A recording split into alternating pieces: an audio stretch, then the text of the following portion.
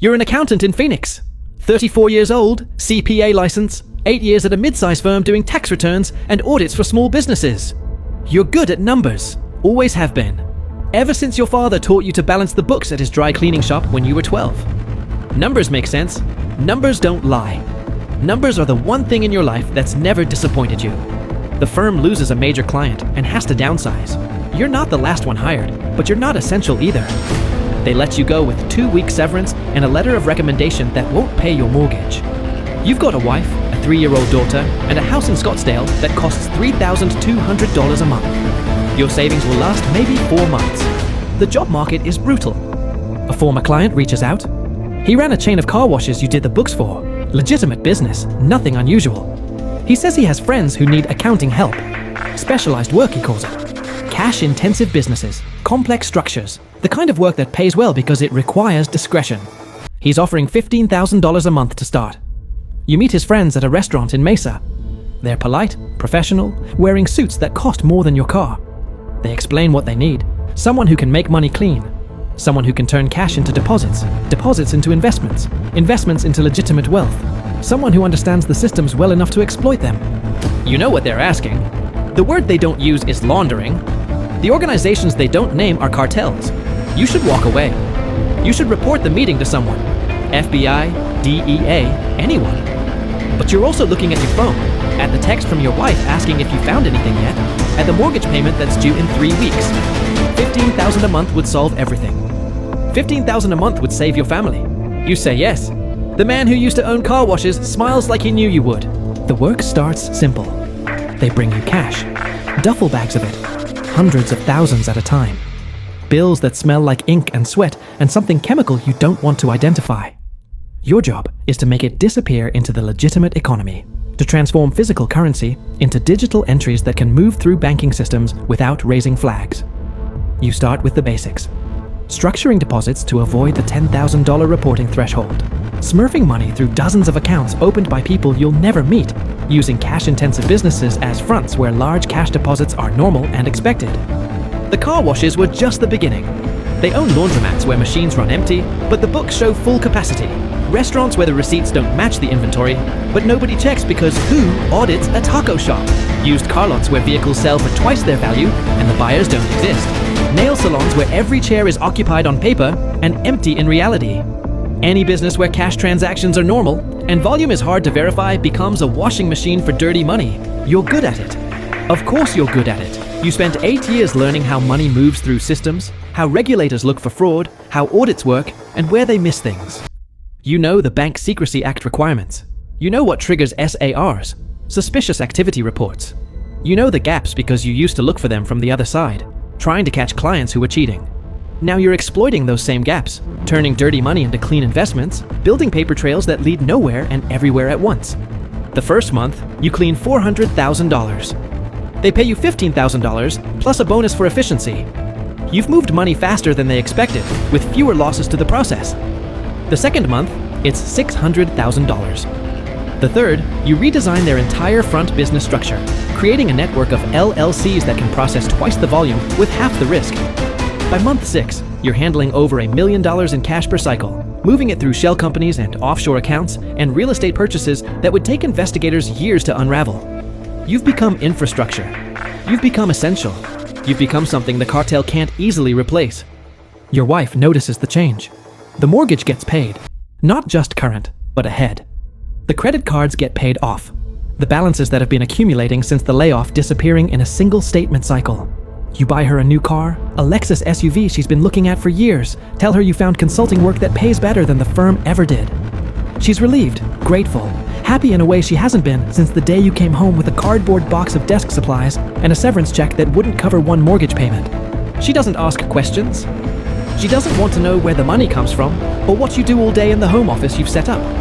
The not asking becomes its own kind of complicity, a silence you share without ever discussing it.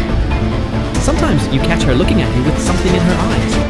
Not suspicion exactly, more like the deliberate choice not to be suspicious. She's protecting herself from knowledge she doesn't want to have. You understand? You're doing the same thing. Year 1. You've moved $8 million through your systems. Year 1. You've moved $8 million through your systems. You've created a network of LLCs and trusts that spans 3 states and 2 countries. You've learned the rhythms of the organization. When cash flows heavy, when it slows down, how the cycles of product and profit translate into numbers you can manipulate. You're not just a launderer anymore. You're a financial architect, designing structures that protect wealth built on cocaine and heroin and human suffering. You don't think about the suffering. That's the trick. Compartmentalization, the same skill that got you through tax season every year. The money is just numbers. Numbers don't have origins. Numbers don't have victims. You move them from column A to column B, and if column A was filled by human misery, that's not your department. Your department is making sure the IRS never asks questions about column B. The organization trusts you. That's dangerous, but it's also valuable. They invite you to meetings, let you see how the business actually works. You learn about supply chains and distribution networks and the constant pressure of competition. You learn about the violence. Not directly, never directly, but in the gaps between conversations, the names that stop being mentioned, the problems that get solved without explanation. You're close enough to the machine to understand what it does. You're not close enough to get your hands dirty. That's how they want it. That's how you want it too. Year 2. Your daughter is 5 now, starting kindergarten, coming home with paintings and stories about her new friends. You pick her up sometimes when your schedule allows, standing in the carpool line with the other parents, pretending you're one of them. They're lawyers and doctors and marketing executives. You're an accountant who launders money for a drug cartel. The difference is invisible. The difference is everything. You buy a bigger house. Your wife is pregnant again. A son, the ultrasound says. You furnish a nursery with money that came from somewhere you'll never know and don't want to know.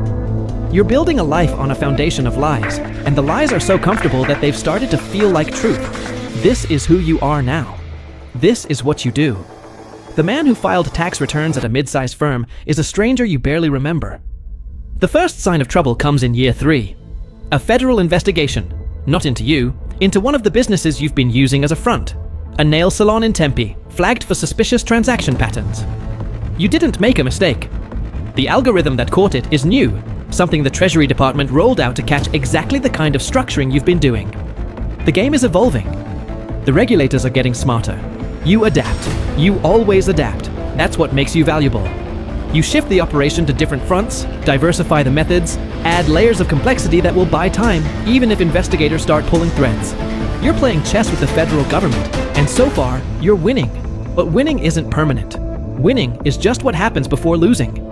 Your handler, a man named Delgado, who you've come to think of as almost a friend, warns you that the organization is concerned. Not about your work. Your work is excellent.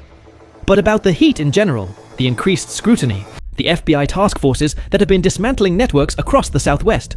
They want you to be more careful. They also want you to expand. More volume, faster turnaround, higher risk. The contradictions are impossible to resolve. You do your best. Year 4. Your son is 2. Your daughter is 7. Your wife is talking about private schools and summer camps, and the kind of future that costs money you can only earn by doing what you do. The trap has closed so gradually, you didn't notice it happening. You can't go back to legitimate work. Who would hire you after a 4-year gap with no verifiable employment? You can't stop. The organization doesn't let people stop. Not people who know what you know. You can only keep going, keep cleaning, keep building the structures that turn blood into balance sheets. A client of the organization gets arrested. A mid-level distributor who knows too much, who might talk to save himself. Delgado mentions it casually, then mentions that the problem has been resolved. You understand what resolved means. You've understood for years. But this time, the understanding feels different. This time, you're close enough to the violence to smell it. You start keeping records, not to report. You're not brave enough for that, and you have too much to lose. But as insurance, as leverage, as something you can trade if everything falls apart. You document transactions, photograph deposits, create a paper trail that leads directly to the organization's leadership. You store it in places they don't know about. Encrypted drives, safe deposit boxes, a server in American investigators. You're building a dead man's switch.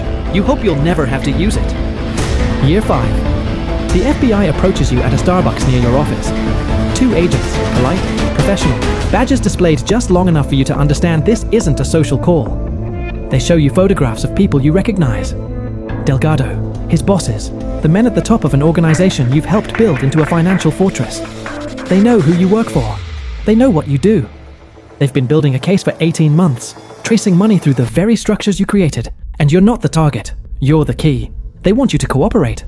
They want you to turn. The offer is straightforward, delivered with the calm professionalism of people who make these offers regularly. Full immunity for your crimes. Witness protection for your family. New identities, new location, new life in a place where the cartel can't find you. Your wife would have to know everything. The lies, the money, the 5 years of building a life on a foundation of human suffering. Your children would have to leave their schools, their friends, everything they've ever known. You'd become ghosts, haunting a life that used to be yours, starting over in a place where nobody knows your name because your name no longer exists. You ask for time to think. They give you 48 hours. They leave a card with a number and a warning. Don't talk to anyone. Don't change your routine. Don't do anything that might alert the organization. As if you'd know how to act normal with this weight in your chest. You don't sleep that night. You lie next to your wife in the bed you bought with cartel money, in the house you bought with cartel money, in the life you built with cartel money, listening to her breathe and wondering if she'll ever breathe next to you again. You think about your daughter, 7 years old, innocent of everything except having a father who made the wrong choice when the right choice was too hard.